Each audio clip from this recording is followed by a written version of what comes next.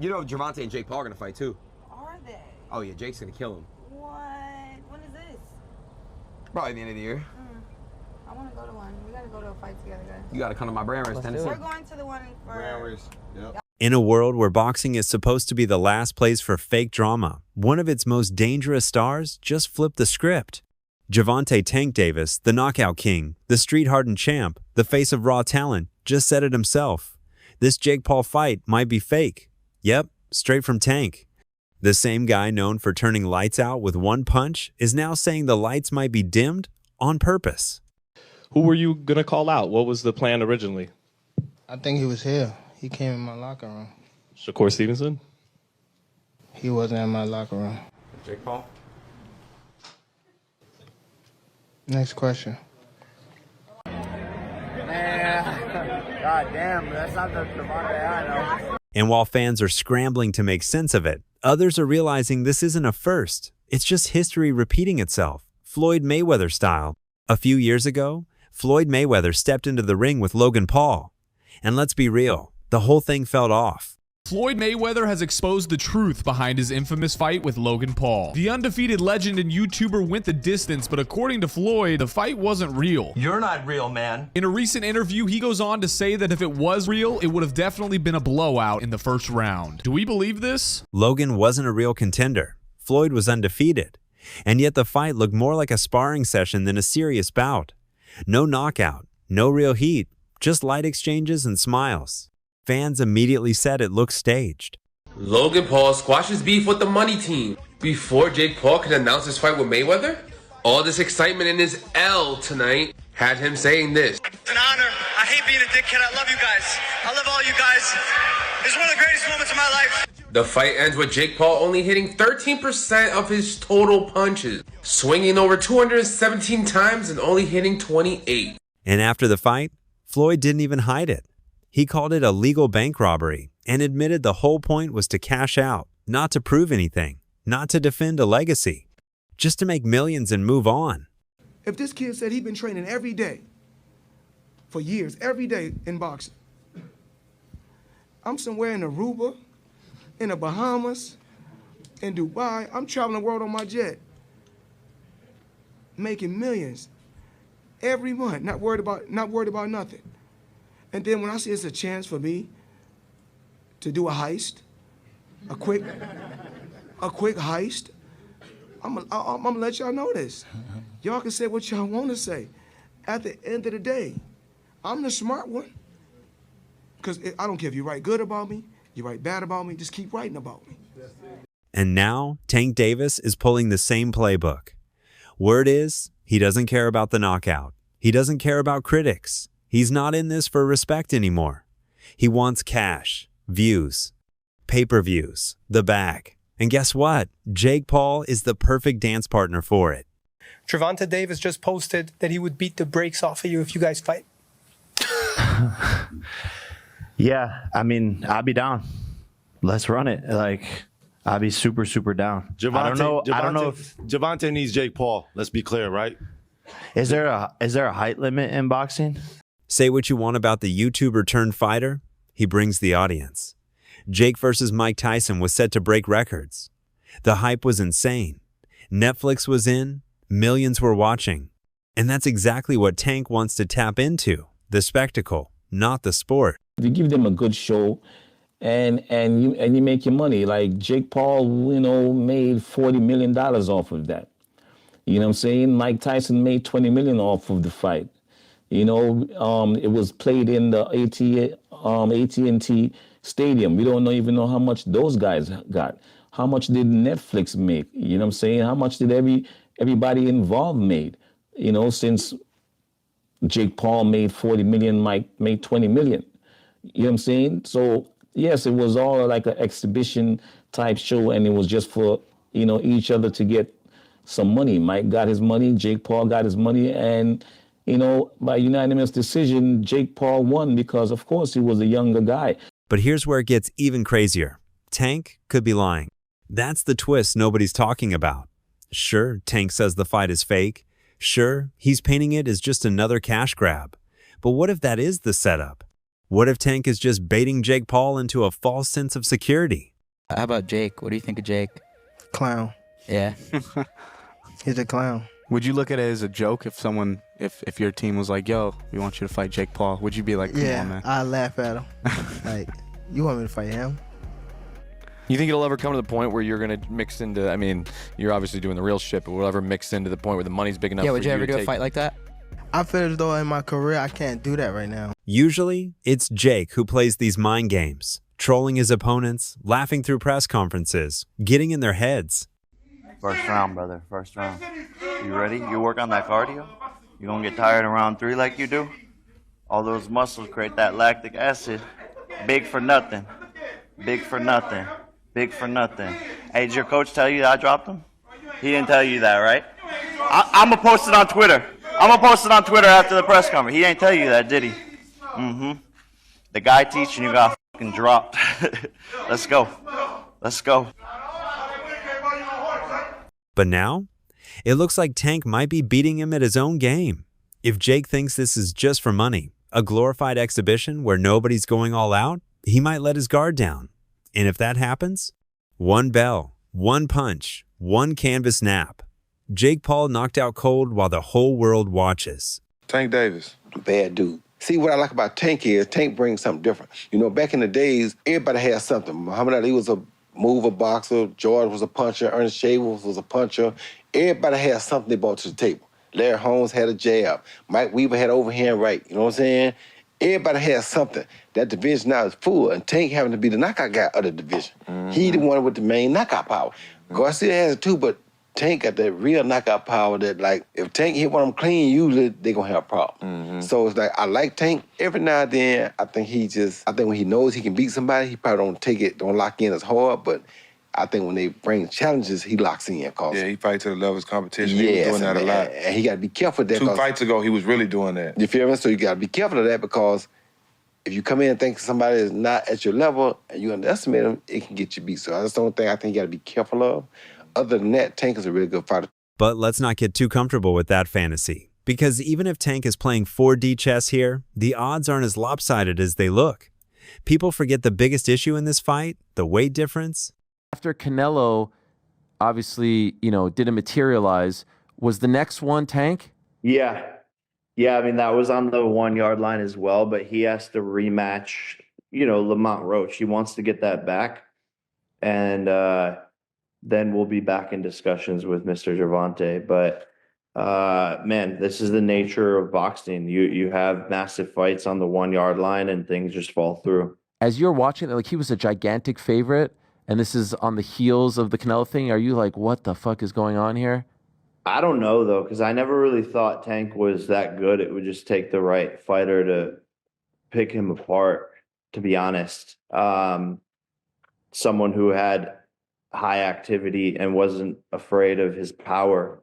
So I always saw so many holes in his game. So to me, it wasn't that surprising that someone finally gave him some good work. If you do fight, what weight would it be at? 195. Oh, wow. So he would go all the way from 40 to 95?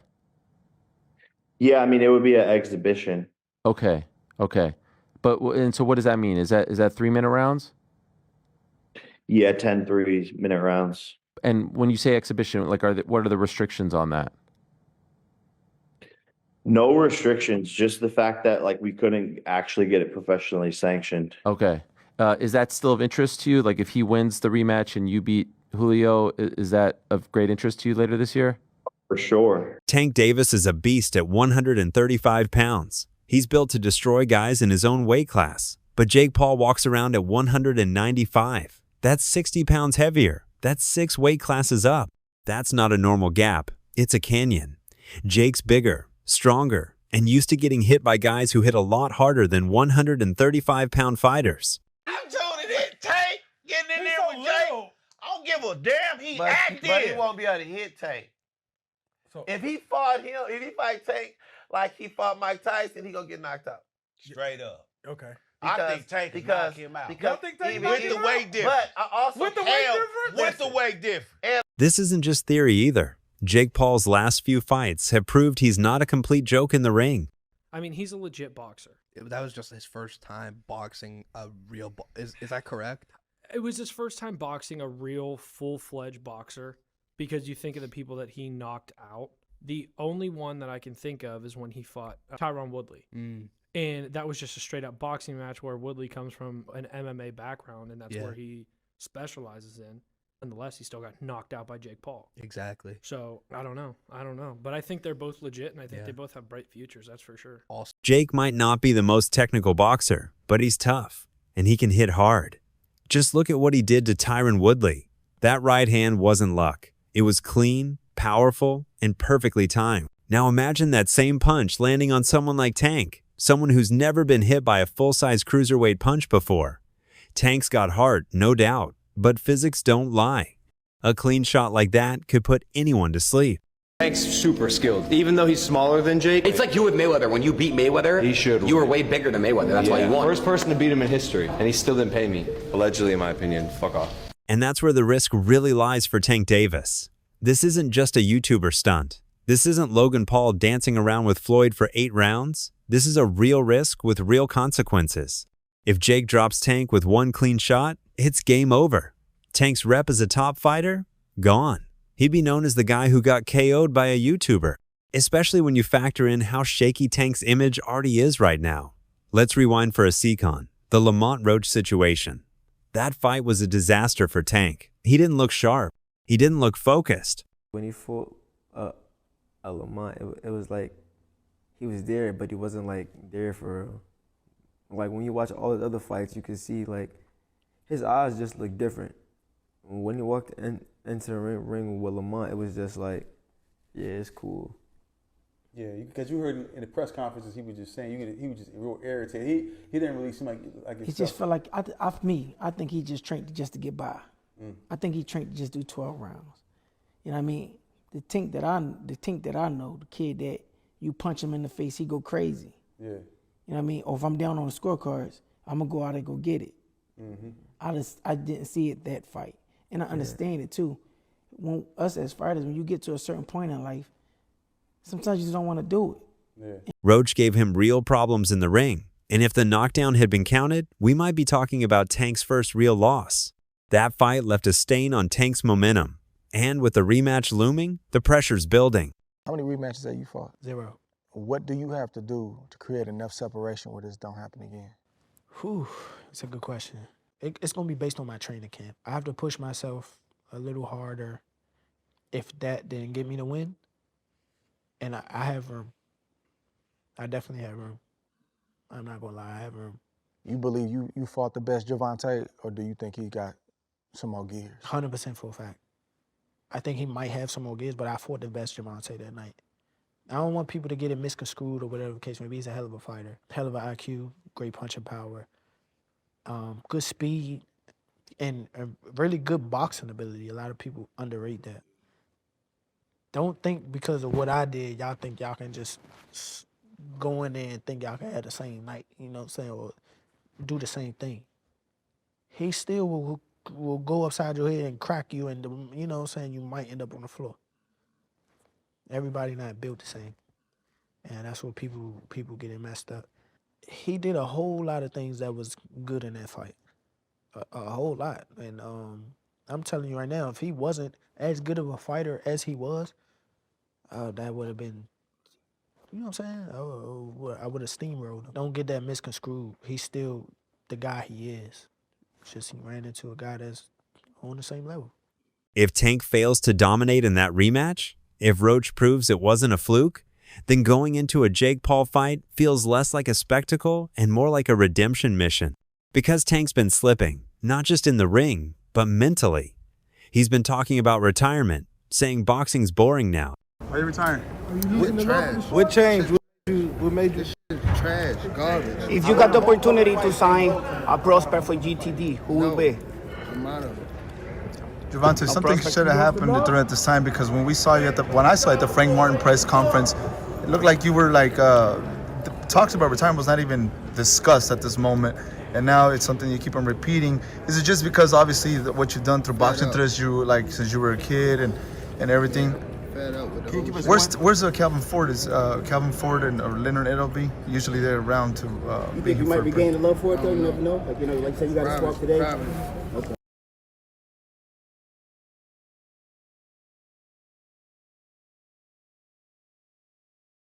He's been skipping discipline, caught smoking during training camp.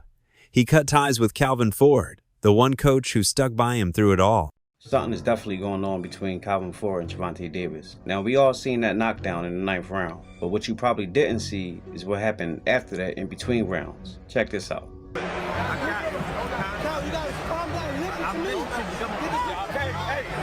Coach Barry Hunter trained Tank for this fight with Lamont Roach, not Calvin Ford. A lot of people were saying that this performance has something to do with that. So, is something really going on between Calvin Ford and Tank Davis? Check out what Tank had to say. No, I wasn't really paying attention to the crowd.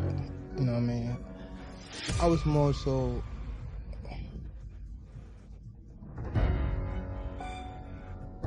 It's something we gotta work on in the corner, for sure.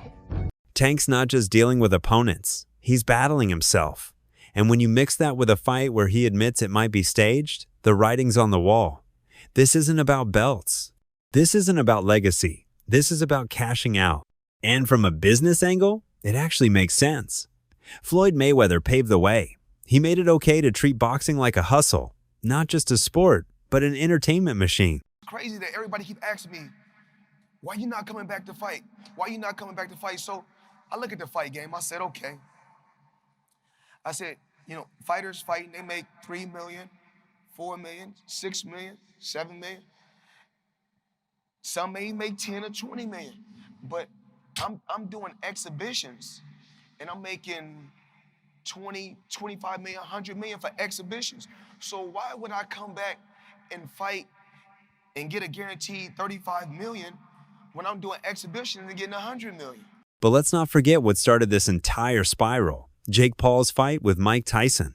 That's where everything turned. Jake was getting roasted for signing up to fight a 58-year-old legend.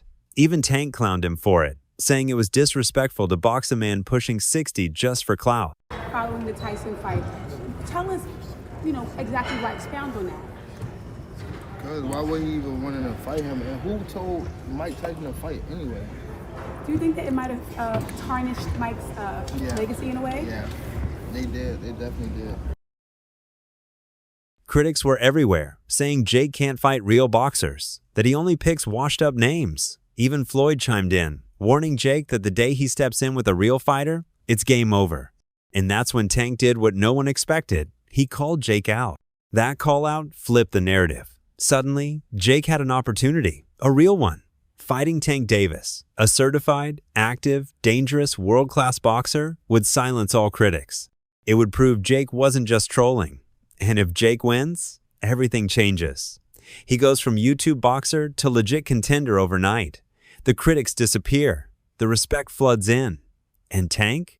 He becomes the guy who underestimated the fake fighter and got punished for it. What do you think of Jake Paul wanting to fight against Tank Davis, Gervonta? Man, it's so stupid that comments, like, you wanna fight Joshua, you wanna fight, Joshua, you wanna fight, Gervonta, you wanna fight, Usyk, you wanna fight,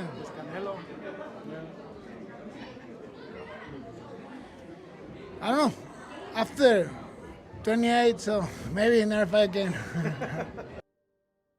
And while it's tempting to think this fight is just for fun, the danger is real. Because the truth is, this fight is closer than anyone thinks. Weight matters. Tank was looking past Roach, and he wanted that Jake Paul fight, which I think Jake Paul would have beaten. Jake is way too big. Tank is 5'5", 135, soaking wet. Y'all think Tank is too small for 140. He ain't beating no heavyweight. I'm not joking. I don't think he would have hurt Jake. He would have to jump up to reach, but I don't think he would have hurt him. I tell you this, it would have gone the distance, and people would have been laughing their asses off, and it wouldn't have been good for Tank's brand. I tell you that. That fight would have went the distance. Soon as 5'5" Tank is looking at a 6'2", 6'3" Jake Paul, y'all would have been like, wait a second. And Jake Paul be on spread out paws with that arm out and stepping back. And bro, I'm telling you, bro. I'm telling you. But that's a cat. Fine. We'll never get to fight anyway. So we'll never know. Timing matters. Focus matters. The bottom line is simple. Either this fight is fake and Tank's cashing out on the same hustle Floyd once perfected, or it's very real and Tank just handed Jake the psychological edge without realizing it. Fantastic event. Anyone who don't think it's a fantastic event is jealous. Who's better, at Tank Davis or Jake Paul?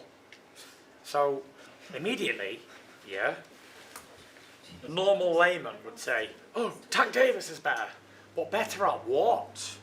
Is he better at selling tickets? Is he better at selling stadiums out? Is he better at creating controversy? Is he better at getting followed on Instagram? Is he better at putting more eyeballs on the boxing? Is he better than him at that? The answer would be no. But is he better at him in a fight? It has to be really, you have to break it down. You know what I mean? Either way, November is going to be wild. Because this isn't just about boxing anymore. This is about legacy versus relevance, power versus size, old school versus new wave. Gervonta Davis versus Jake Paul isn't the fight we expected, but it's the fight we can't look away from. And the hype? It's only just getting started. So that's all from today's video. If you enjoyed it, remember to leave a like, subscribe, and ring that bell icon so you never miss our upcoming videos. And don't forget to share your thoughts in the comments section. Stay tuned, and we will catch you in the next video.